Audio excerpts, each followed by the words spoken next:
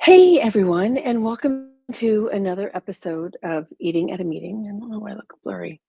I am here today solo, and because I want to talk about, as I put on the headline that I was going to talk about today, I want to talk about how to, oops, wrong thing, how to budget effectively for food and beverage. I'm going to give you 5 tips. I am in the middle of managing some events and figuring out their menus for their events, about 40 food functions per event. And the functions are 800 to 1,200 people. And so I want to talk about some of this budgeting, ways to be effective to reduce waste and budget effectively, as I put on the title here. Um, because I've seen a lot of questions on social media and meeting planner Facebook groups, as well as in some of the sessions that I've been giving lately, is how do we reduce waste and how do we budget effectively for the number of people that we have, but also because of the pricing of food and beverage at the moment. So I want to make sure, switch my microphone here real quick, sorry. Um, the I want to make sure,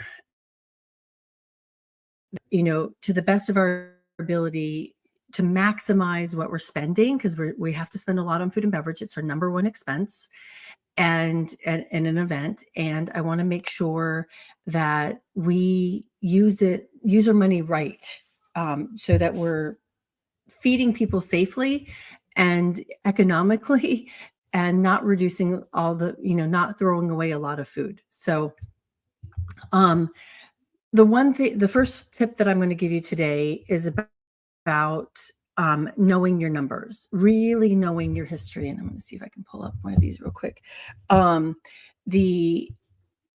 There's been a question that I've seen multiple times on social media lately. Is like, well, how do I know how many people to feed, on our lunch and our breakfast? And the one question that I have, they're like, it's not a ticketed event. It doesn't have to cost. It doesn't cost them, the attendees, any money to go in. But how do I know how many people are going to go through? Well, you really need to know how many people went through the last time. If this is a first time event, I'm going to say guesstimate about 60% of people, but there's a lot of factors that come into play here. One, and we're going to use let's start with the event that has potentially some historical data. How many people have attended that event in the past? And the ways that you can count that and know your numbers is actually asking the catering teams how many, I'm going to say the roll-ups, the silverware roll-ups, how many silverware roll-ups were collected or taken by attendees as they walked through the buffet. That is probably one of the best ways to count that. You don't want to count plates, because when you count plates, I might go up and get 2 different plates. Somebody's going to clear my plate from my table, and I have to get a fresh plate when I go back through the buffet. So the best way to do that is to manage the roll-ups, the silverware. The other one is to count the number of people that come through the doors for your breakfast. Those 2 numbers should align as much as possible. But it could be hard if you have multiple entryways to that event, that food function. But you need to keep track of how many people that actually came through, because yes, you're going to have to guarantee the number of people that you're going to feed before because they have to order the food. And say you have a group of 500 people. I would order based on historical data how many people went through. One of my clients knew that only 50% of their attendees went to the lunch. They took their clients out to lunch. So we only ordered food for 250. The hotel was like, how is that possible? How is that possible? It turned out to be true. 250 people only came through. So do not waste your money on paying for food that people aren't going to eat. But at a minimum, I would at least shave off 10 to 20% of your total attendance by how many people are going to come through lunch. Because, and this really depends on where you are too. I'm going in a lot of different tangents. There's a couple of different key points here. One of my other clients, thinking through this lunch or this reception, is that for 8 years they were in Las Vegas, and their numbers were on the mark, that they had 2,000 people. About 1,500, and not even 1,200 people came through that reception and ate dinner at that reception and drank alcohol at that reception. So that's 800 people shy of what their total registration is. But when we had it in another event, another venue in Florida one year, we were at the Rose and Shingle Creek. There's not a lot of venues for people to walk to, not a lot of restaurants for people to walk to directly as there are in Las Vegas. So our numbers jumped. We served about 1,800 people for that food function. And so that plays into how you budget for your food and beverage. Is this a group of people, who like to network and take their clients out to dinner? Are you only doing that reception for an hour? And can you minimize the number of food? So my number one tip is to really kind of know your history, know how many people are going to have come through the doors in previous years to be able to accurately budget for that food and beverage. That's tip number one. Tip number two is to really I'm working on a budget today, so it's really in my brain, is like, how do we want to serve an afternoon break, right? But if you're looking at the lunches come with dessert. Well, that afternoon break is probably about an hour and a half after they finish lunch. So do you really need to serve them dessert at lunch and then dessert at 2:00 in the afternoon? And those desserts are full of sugar. You don't want to provide them all that sugar, within an hour and a half. So to save some money on your budget, cut the desserts from the lunch. You can and that will cut your food and beverage costs for lunch by probably $10 to $15 per person. So that published price, besides your discounted price, that published price is going to come down because you're not serving that. A hotel might actually say, well, we can replate that dessert for you and serve it as an afternoon break, which is fine. Some hotels do charge to replate, but or you can just order one of the buffets that are offered on the published menus. Another way, so that's tip number two, is cutting dessert from lunch and serving it as the afternoon break, or just serving an afternoon break, but cut your lunch desserts to shave some money off that expense for lunch. And then tip number three would actually be for those afternoon breaks as well. There's a lot of published menus that here's your themed breaks. Let's see, I was just looking at some menus with them. Here's an all-day popcorn thing, or the candy machine, variety of different themed break ideas, which are great. But again, they're charging you let's just say $30 per person plus tax and gratuity. How many people are actually going to eat that afternoon break? What's on their agenda, right? Cut it to, if you can, cut it by the numbers of people that have gone through, if you can, or switch those items to on-consumption items instead of paying $30 per person for a certain amount of people, right? You're going to be able to cut your budget probably in half, because if you have pre-packaged on-consumption items, you're only paying for what people actually pick up and eat, versus planning out all this extra food, planning all this food and putting out 500 cupcakes for all of your attendees, and only half of them get eaten. So that's wasting of food, and that's wasting of your budget. So tip number three is to actually change your afternoon breaks to be on consumption items. So I'm going to go back to that. Tip number one is to know your history. How many people have typically come through your lunch, or your receptions or your dinners? How many people have actually sat down and consumed it? because that's what you want to base that on going forward. What percentage of your overall attendees attended that food function and actually consumed food? And keep a running track of that for every single food function over the next 4 or 5 years, and you will get a really good percentage of what that is. Tip number 2 was to cut the number of sorry, somebody just rang my doorbell. Cut the lunch desserts from your lunch menu. That will save you $10 to $15 off of your lunch cost, because you're going to go ahead and serve an afternoon break later on. So reduce your food and beverage, your lunch expense to do that. And tip number 3, just going back to that one, is to tip number 3 is to change your afternoon break to be on consumption items versus the prepaid number of food items or prepaid amount of money for your for a themed break, right? The other option there too is if you're serving coffee and tea at those breaks, see if you can, or you can serve only coffee and tea for those breaks and those AM breaks. You don't need to serve food the whole time. Cut the food from it and just serve coffee.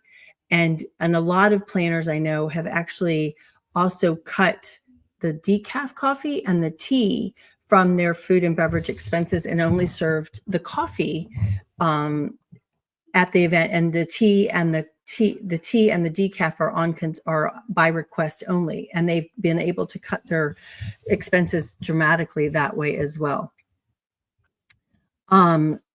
You need to, the other one is actually pre-conference, kind of reading the fine print on your food and beverage before you sign the contract.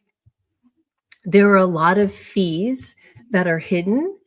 And there's a lot of conversations, if I don't, there's a lot of conversations among meeting planners, like if the fee is not published or I'm not told about the fee before we sign the contract, you cannot apply that fee to me, after the fact.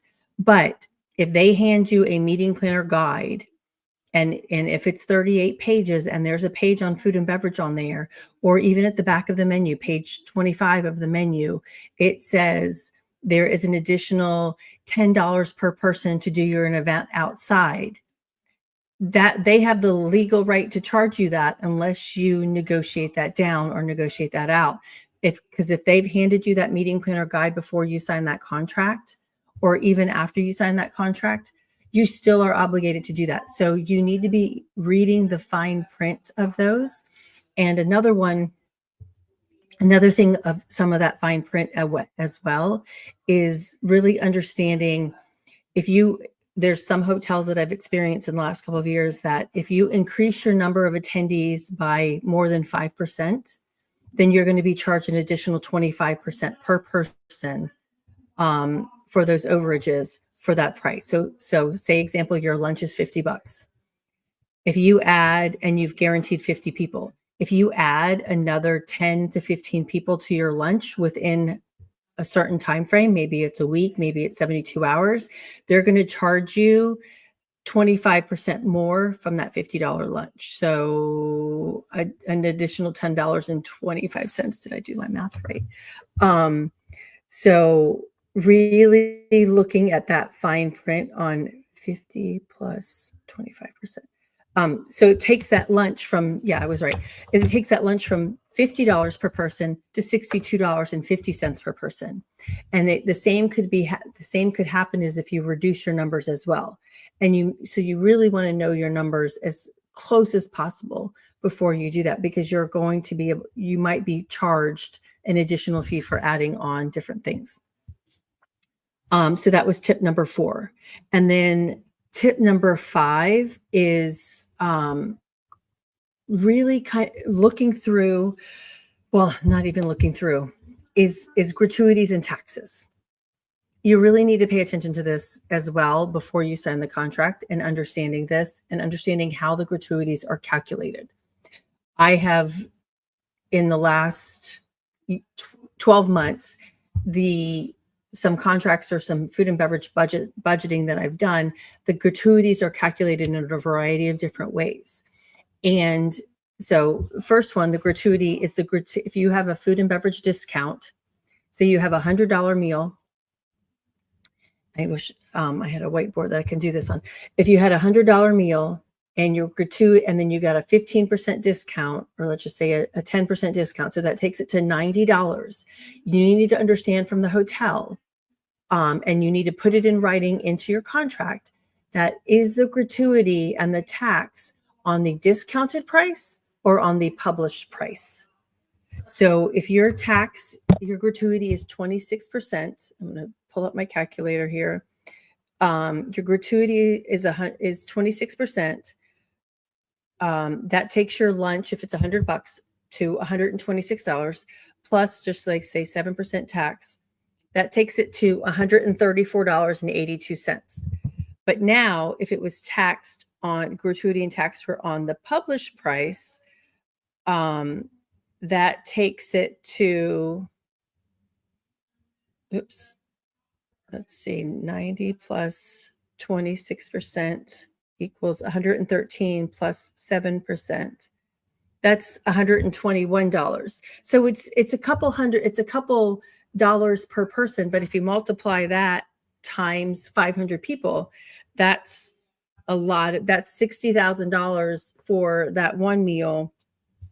So that gratuity and tax calculation is really important to understand. Is it before the tax or after the tax? But then again, you also need to know, how is that tax broken out?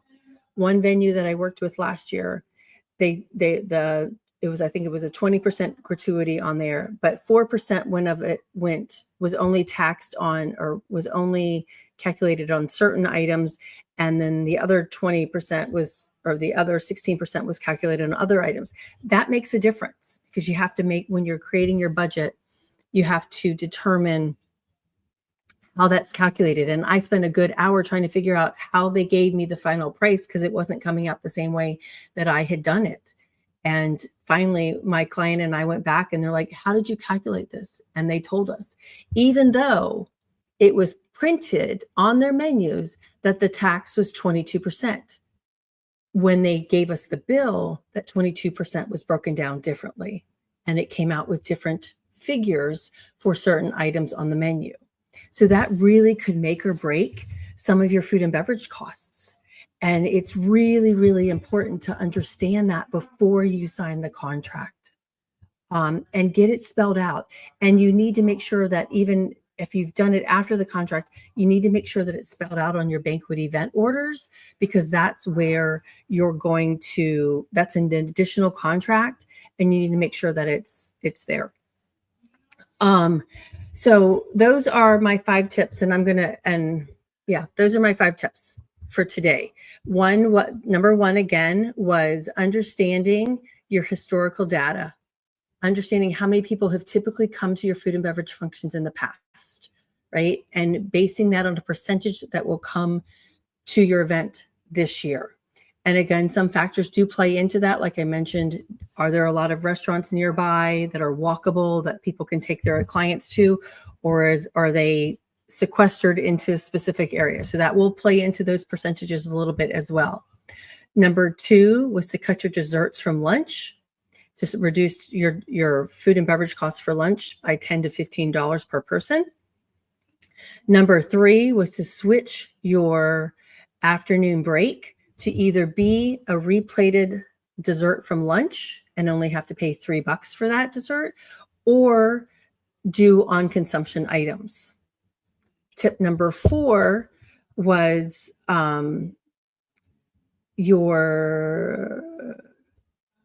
I forgot what the number 4 was. I'm going to just jump to number 5, was to understand your gratuities and your taxes. I'm going through my list here and I forgot which one that I said, but if anybody's here, can you tell me what I said for number 4? Understanding your gratuities and taxes was tip number 5. And tip number 4 was really kind of understanding the fine print on your food and beverage contracts, really looking through and finding the hidden fees that might be associated with your food and beverage functions, and making sure that you negotiate those out into your concessions. And those are like your, hey, I'm going to do an event outside and they're going to charge you 10% extra to do that, or there's an additional fee if you order your food and beverage early or late. One hotel said if you don't get your menus in by 45 days out, there will be an additional 25%. So you want to make sure that you're following those deadlines. So that was tip number 4. So it's just, food and beverage is our number one expense. It's by 10 to 15% over audiovisual and the venue selections, right? So we need to make sure that we're maximizing our food and beverage to the best of our ability to make sure that we're not overspending and we're not overproducing, because overspending means we're overproducing, and overproducing means that we're wasting food and we're wasting our budget. So really look at some of the tips, or go back and listen to my tips here. If you have any other tips that you have on food and beverage, please share them, because we can all learn from each other. And I'm going to, on that food and beverage sustainability wise, if you do overproduce, make sure that you have it in your contract that before you get to the event, that you're going to make sure that that food is either composted or it's given to people in the community of where you're hosting your event. There are a lot of people who are food insecure, and we need to gift them this leftover food, this food that we have overproduced. Gift them these great meals that we've got. It's a great opportunity to give back to the community. So that's my conversation for today, because I've seen a lot of different questions come up about food and beverage lately in Facebook groups. Tomorrow, because it's Women's Herstory Month, I hope you've checked out the last couple of weeks. I've introduced you to quite a few phenomenal women. And last week was Allie Smith from Austin, Texas. And she works for Partnership for Children, and she's a private chef, and she's actually helping feed children in foster care, helping them gain their footing at learning how to cook, and helping their families feed them when they're in foster care. Very, very interesting conversation. I introduced you to Denise Barron Herrera from,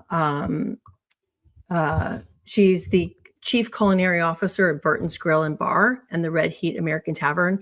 The work that she's done as the co-founding chef to accommodate food allergies and dietary restrictions throughout their menu and all of their properties is phenomenal. They actually have all of their employees sign an understanding about food allergies before they actually take the job. So go back and listen to that one. I'll put the links in the chat for you. And then I also introduced you to, where is her name? Well, let's just talk tomorrow. Tomorrow is Famika Elliott out of Knoxville, Tennessee, and the work that she's doing with her Mike Meals, the Lotus Program Experience, and Rooted East Knoxville is really, really inspiring. She's advocating for Black wellness, maternal health, foodways, and reproductive justice using food and beverage. And it's really, really inspiring. I'm excited about that. And then last week too was Chef Asa Tiwa, who is in San Antonio and working. She's the founder of Food Horizons, which is a nonprofit organization dedicated to fostering a world where people are deeply connected to their food. Great conversations that I've already had.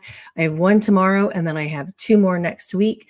So that will round out a great Women's Herstory Month, introducing to some women that are doing great work in food and beverage. So until then, I will see you tomorrow, 12 o'clock Eastern time. And until then, stay safe and eat well. And if you have any questions about food and beverage, please feel free to reach out to me. I do consult on it. I am hired by clients to manage the food and beverage to reduce waste and maximize their budgets. So thanks and see you later.